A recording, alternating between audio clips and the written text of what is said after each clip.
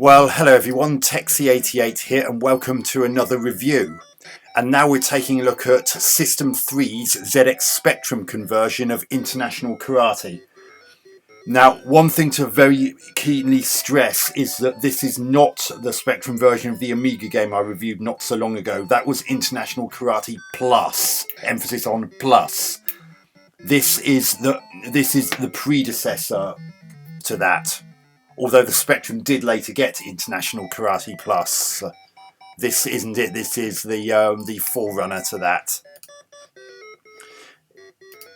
Came out in 1985 at a price of £6.50, which would have been quite a lot for a kid in those days, and presumably an attempt to cash in on the success of Melbourne House's Way of the Exploding Fist, released around the same sort of time.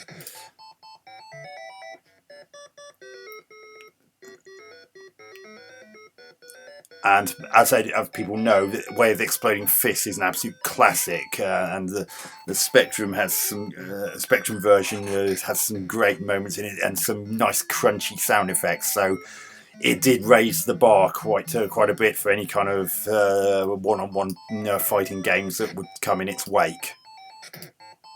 The question is, though, are they enough?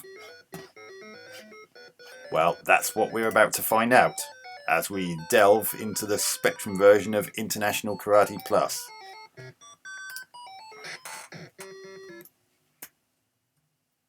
So, keyboard, one player, game.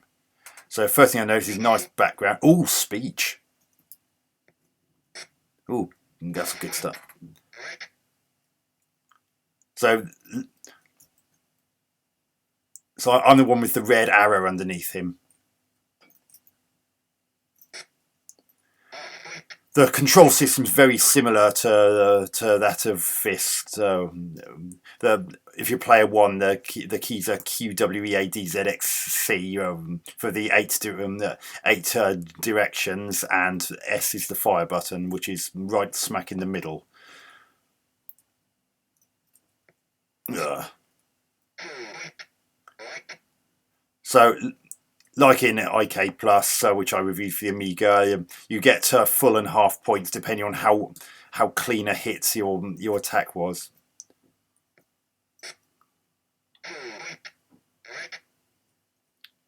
So I got a full point just then. I'm sure that hit. And I have to admit, I'm not massively keen on the fire button being smack in the middle of the eight directions. I don't think it works as well as the alternative that I seem to recall they did in Fist. I think they had the number one key for the fire button on that, and I think that was a bit more comfortable, if the truth be told. So nice picture of the Sydney Opera House and the like, but in the background there. Speech is very nice.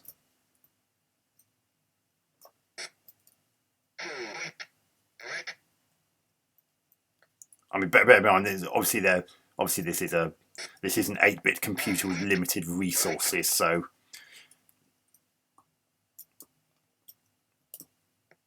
no, that didn't even touch me. Full point my arse.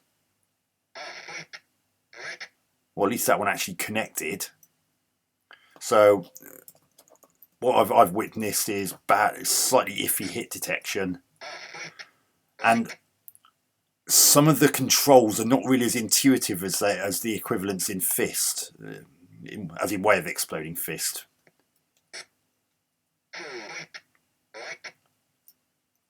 I mean,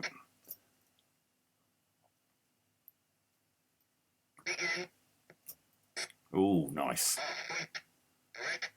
And it seems like blocking happens only when the state of play suggests they should. So only when an attacking move's done on you will your character block if you're pressing left if you're facing right, or right if you're facing left.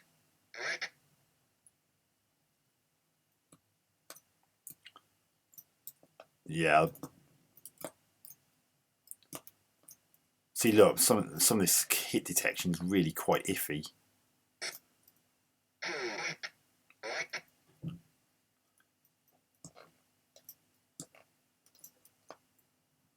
Oh, for God's sake! And the animation's not as good as it is in the way of the exploding fist either. I mean, if you look at that and then look at this, and I won't have to say another word. Oh God!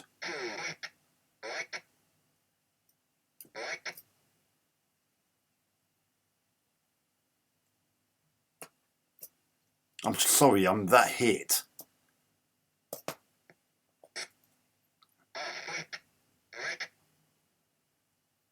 Yeah. You can have 2-player as well, and there's actually an additional bonus stage in if you do that according to the instructions. But because I'm only playing 1-player, I don't know what that bonus actually is.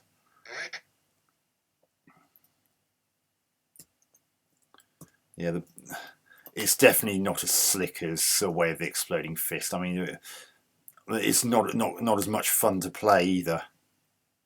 I mean, look at it. There's a lot of times when you're just so close to each other, you can't hit one another. I mean, that was not quite such a big problem in way of the exploding fist, and that too makes that game far superior. Yeah, this does have very impressive speech, but that in itself isn't enough to save it. The way of the exploding fist is still king compared to this. And when the two sprites are on top of each other, it's a bit hard to tell what's actually going on half the time. It wasn't such a problem in Way of the Exploding Fist because the two combatants had different coloured geese, so there wasn't the same kind of blending issues. I mean, obviously they couldn't really use colour because of the Spectrum's attribute limitation, so that in itself would have restricted how they could have handled that. But I don't think what System 3 have done works as well as what Melbourne House did. Damn it.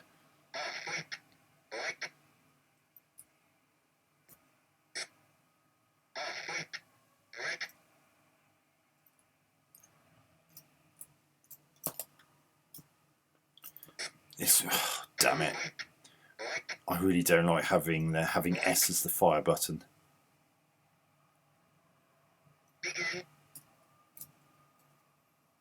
I'm actually starting to get bored with that background. If had this been in Way of the Exploding Fist, it would have changed to something else by now. And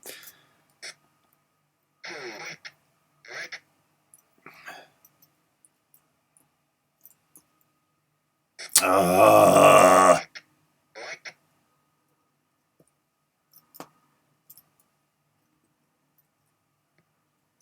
damn it! Press the wrong button. Yeah, the different movements and controls are not as intuitive as they are in Way of the Exploding Fist. That's another reason I prefer that over this.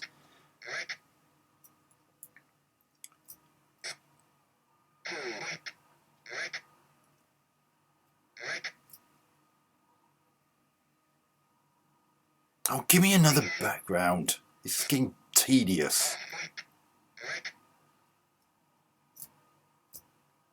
See, look, it's starting to seem like I can pretty much do that every time. See, look. I'm just doing that jumping kick and he's quite literally walking into it every time. That's going to count against it as well. The AI of the CPU controlled opponent is not as ooh, we'll actually get a different background. What the hell? Was that supposed to be a bonus stage? It gave me no warning if it was. Oh, it looks like we're in Rio de Janeiro. That's there's that statue of Jesus Christ on the top of the hill there, which I'm sure is in Rio de Janeiro. Again, the backgrounds are quite nice, but the way it plays. What I clearly hit him first there. See, the hit detection not as clean as it is in Way of the Exploding Fist. I mean, literally, the only thing this really has over Way of the Exploding Fist is the speech. everything else about it just comes across to me as being vastly inferior. Especially as I can just seemingly keep doing that every time, and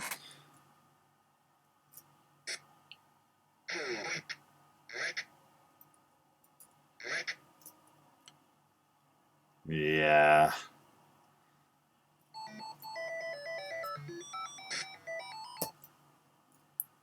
So what do I have to do here?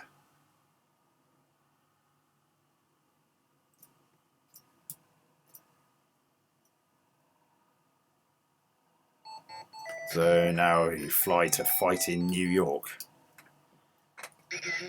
Oh, I was afraid that would happen.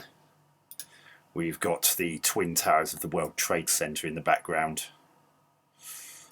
Mind you, I suppose that was only to be expected. They were pretty iconic part of the Manhattan skyline for so many years.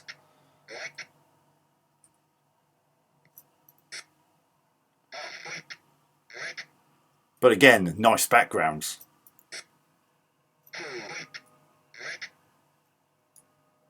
It's just a shame that I can seemingly just do that jumping kick every blooming time.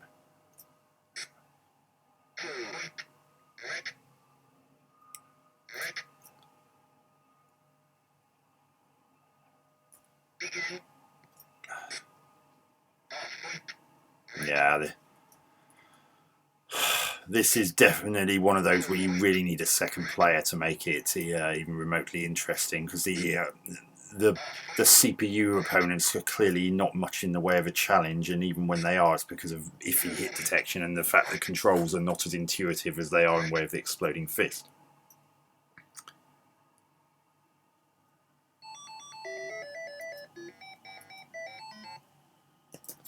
See, again, it gives me no chance to prepare for that. It doesn't say the bonus level coming. Oh, I can't be bothered to continue with this anymore. It's just the same thing, rinse and repeat. I mean, I know that Way of the Exploding Fist was as well, but I didn't mind playing that because that's actually a generally better game. This just falls short. It's not as smooth, it's not as slick, it's not quite as playable, and the AI of the CPU-controlled opponents is quite often laughable. So, graphics. Well, as I mentioned, the graphics in the backgrounds are really quite nice colour. Obviously, there's the inevitable bleed issues due to the Spectrum's attribute limitations, but what the colour clash issues are not too overly distracting, and the backgrounds still look nice despite that limitation. Sound, well, very disappointing. I know it's a Spectrum 48K and it had very limited sound capabilities, but come on, compared to the crunchy sounds that you had in Way of the Exploding Fist, this just sounds limp. It's only really the clear speech samples that really lift the sound anything like above the level of mediocrity. So you look how stiffly animated those kicks are, and compare that to the same kicks in Way of the Exploding Fist. This just doesn't even come close to the level of quality of that.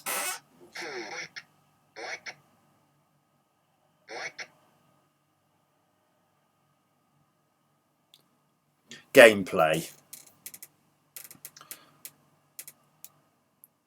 Well, even if you know what the controls are, they somehow don't feel as intuitive as those in Way of the Exploding Fist, and as a result that renders the game less playable than its counterpart.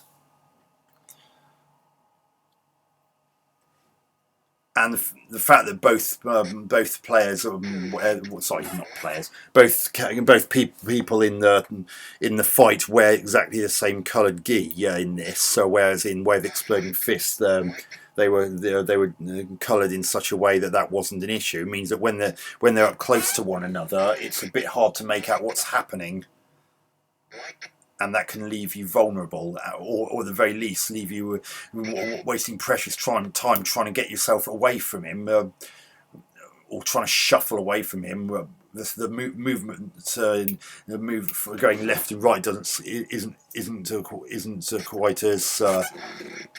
quite as fast as it is in Way of the Exploding Fist. I mean, look how he shuffles like that. I mean, compare that to again what happens in Way of the Exploding Fist, and it not only looks better in that, but it's faster in that, and therefore made it more playable again.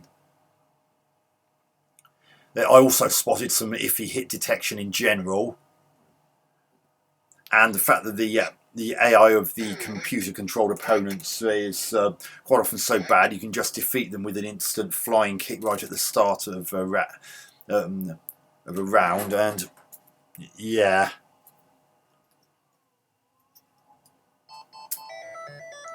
This just comes across as a poor imitation. I know it's got some ideas of its own, including the bonus levels, but it really could have done with actually having it could have really done with having some indication you're about to go into a bonus level, and not just thrust you in and give you, and particularly that one where the knives are being thrown, giving you absolutely no time to react to it before you've realised what's happened, and then you've already been hit with the knife, and the bonus round's over.